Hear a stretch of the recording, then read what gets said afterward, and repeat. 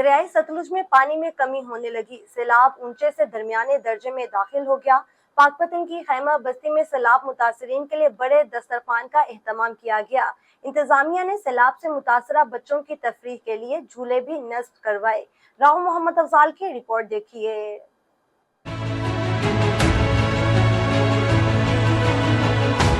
پاک پتن کی خیمہ بستیوں میں زندگی کے رنگ لوٹ آئے۔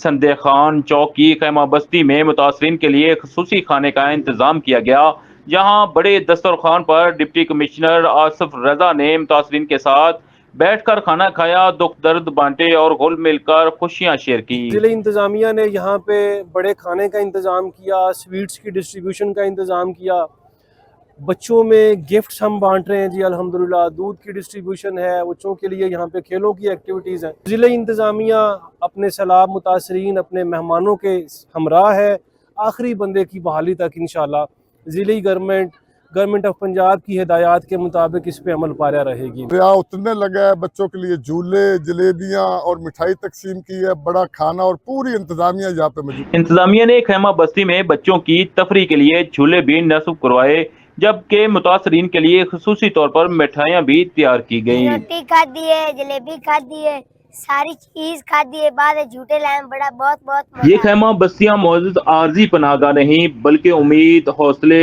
اور محبت کا وہ مرکز ہے جہاں متاثرین کو یہ احساس دلایا جا رہا ہے کہ وہ تنہا نہیں، حکومت پنجاب اور ضلعی انتظامیہ ان کے ساتھ کھڑی ہے۔